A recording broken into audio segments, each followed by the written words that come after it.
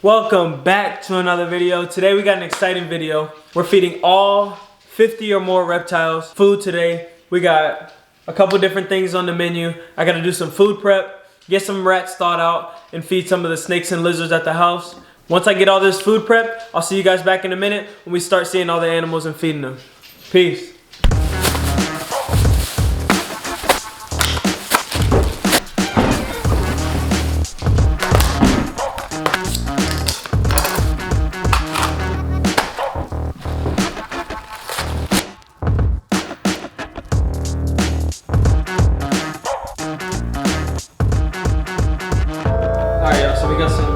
As you guys saw, we had the ground beef. Here we got some collard greens. This is gonna go in the Tegu's meatball. So I have to split half of these because half of them are for the Asian water monitor and half are for the Tegu. But the Tegus have veggies and fruits in their diet. So I'm gonna put a couple pieces of collard greens in each of these meatballs, but only for the Tegu. The Tegu's also gonna have raspberries in her food. Not whole raspberries, I'm gonna cut them up. Just gonna take a few. Yeah. I mean, as you guys can see, I'm actually gonna like cut the raspberries up into like almost like a mush. Yeah, it's almost gonna be like a mushy consistency for the raspberries. Then you gotta get messy to get this all mixed in there good.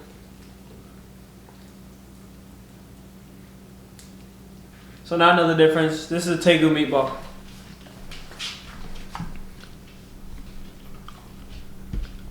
Greens, raspberries. It actually looks gross, but this is how we have to implement the food for the Tegu. So I'm gonna set her food aside and we're gonna do that a couple more times. So as you guys know, when you get greens, like you get so much. Like I don't even think I have an animal that could eat all of this right now. I do have the tortoise, which is where the rest of this is gonna go to, but I just feel like the rest of it's gonna go bad before then. So this will be, this and this will all be food for the rats, and for the crickets and dubias. So I'll put a couple big pieces apart for the crickets and dubias. So this is it for our kitchen prep. If you guys want to know what's in here, this is carrots.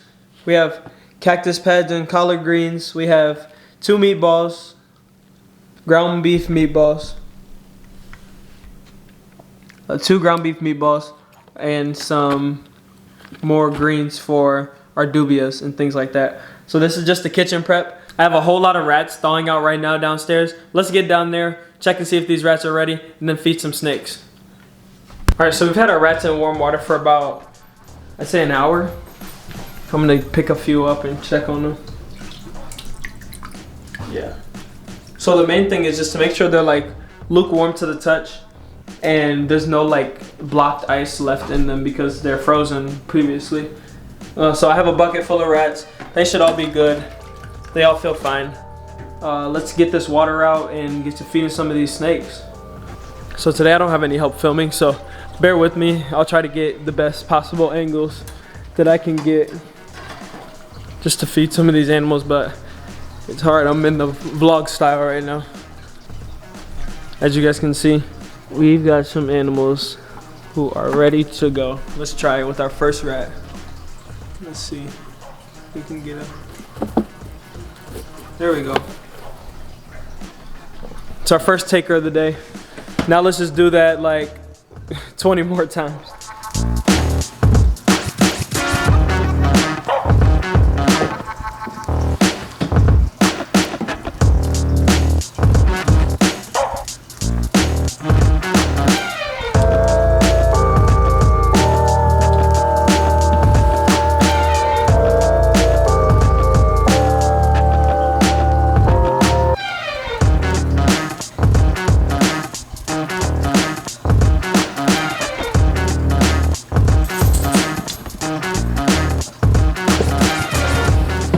All the ball pythons are fed.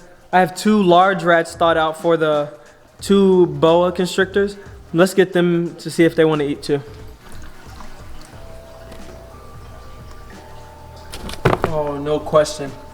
No issues at all.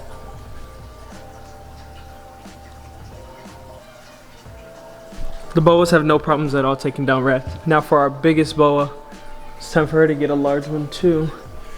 And she's always ready. Here we go, baby. There we go. So quick. Get her to get that wrap. There we go. Make her feel like it's still alive. The boas have no problem at all taking food. Ever. I think I've only had one time where each of the boas refused food, and that was when they first came home here. And like I said, guys, they're still in their quarantine racks.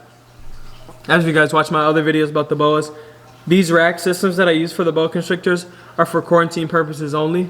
Very soon, they're getting vertical enclosures. They're going to be like 6 foot tall, probably like 4 foot long, and then 2 feet wide. But these are just quarantine enclosures.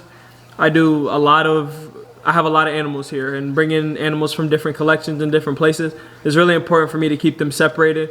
And rack systems are the easiest way to clean, disinfect, and just make sure their environments are always sterile. So that's why I keep them there. They're happy, healthy animals. No pushing or rubbing issues. The bottom boa has been in here for a couple months. The first one that we got, because she had an issue with her nose when I got her. So I had been giving her ointment because she was pushing in her old enclosure where the person before me had her. So she's been in there for a while. It's almost time for her to get an upgrade because it's almost healed. It was like a pushing scab that actually turned into a lump, which was making her breathe like almost like a respiratory issue, but it wasn't. So she's almost healed up. I just wanted to completely heal before I move her into a larger enclosure closer to the other animals, just in case something pops up. But it's just easier for me to maintain and manage them and keep a close eye on them when they're in the racks. We'll come back and check on the ball pythons in about 15 to 20 minutes to make sure they all ate their food. But in the meantime, let's check on our new sulcata tortoise, Bowser. This guy looks amazing. He's so nice and small, and he's gonna be a monster one day. But just having an animal that's like 4 or 5 months old and just being this small is so funny. I'm gonna give him a piece of this cactus right here.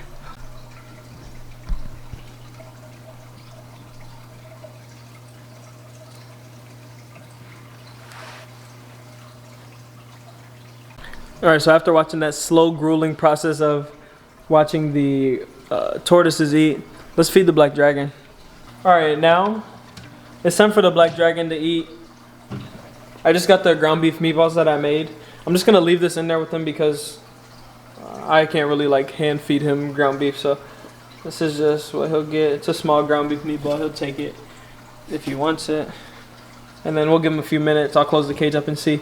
Soon, I think starting next week, I'm gonna start working on building this enclosure. It's gonna be right here where this rack is. I'm moving this rack out, and I'm gonna build a 6 foot high, I think 4 foot long and 2 feet deep, or 3 foot deep enclosure. But that's definitely coming next week. He's outgrowing this 40-gallon tank, and he needs some more vertical room.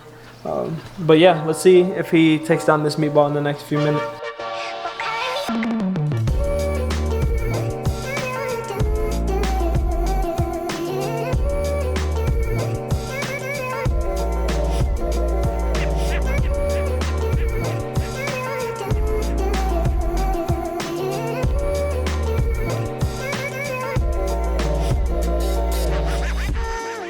Alright, so I've got another meatball for the Tegu.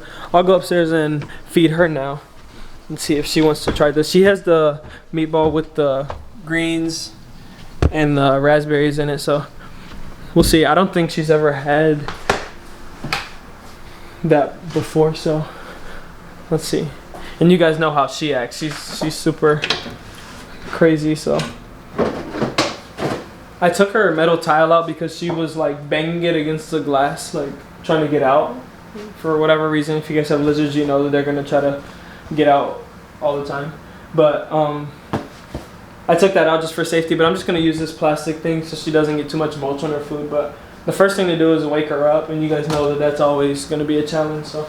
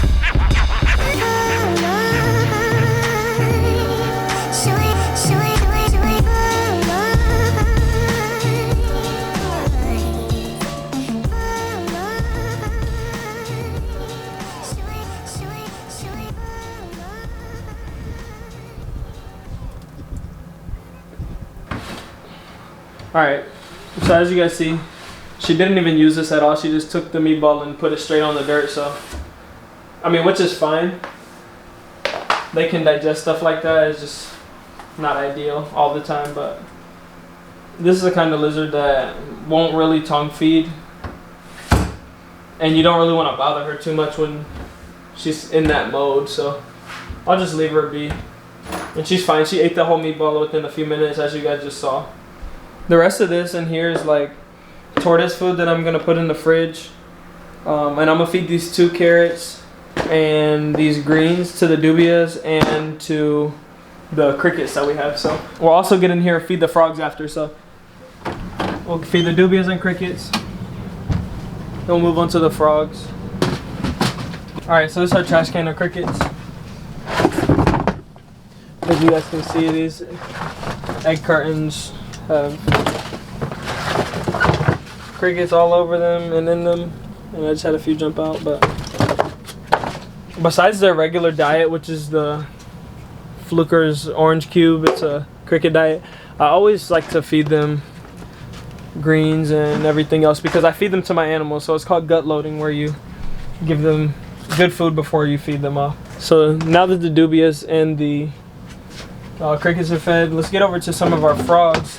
We have some fruit fly cultures that we just made the other day, and let's see if they're ready to give us some new flies.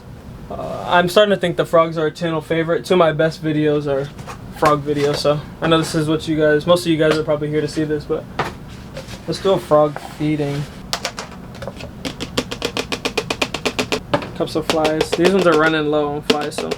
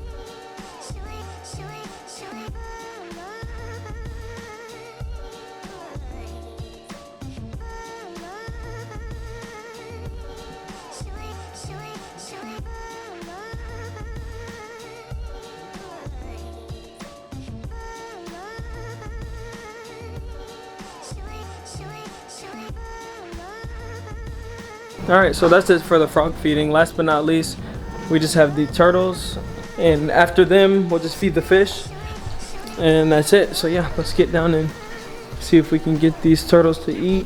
And this isn't an everyday meal for them, but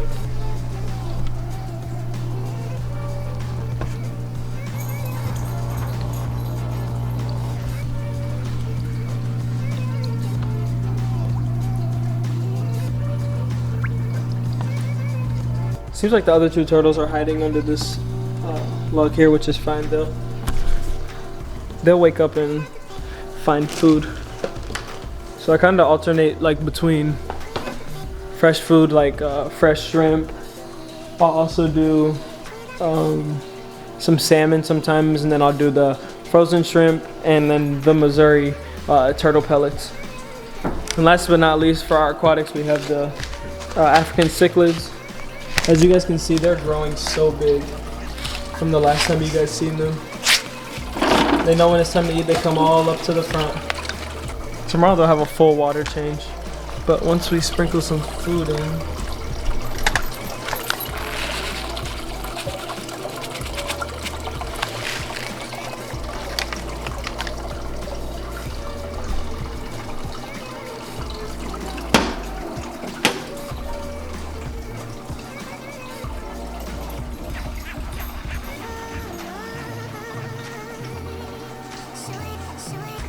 I know this is a much longer video than you guys are used to, but let me know if you guys like the longer videos down in the comments. That's about all my animals, almost all of them eating, besides the leopard geckos they ate yesterday. But everything else is eaten today. Hopefully you guys enjoyed. Make sure you like, comment, and subscribe. See you guys next time. Peace.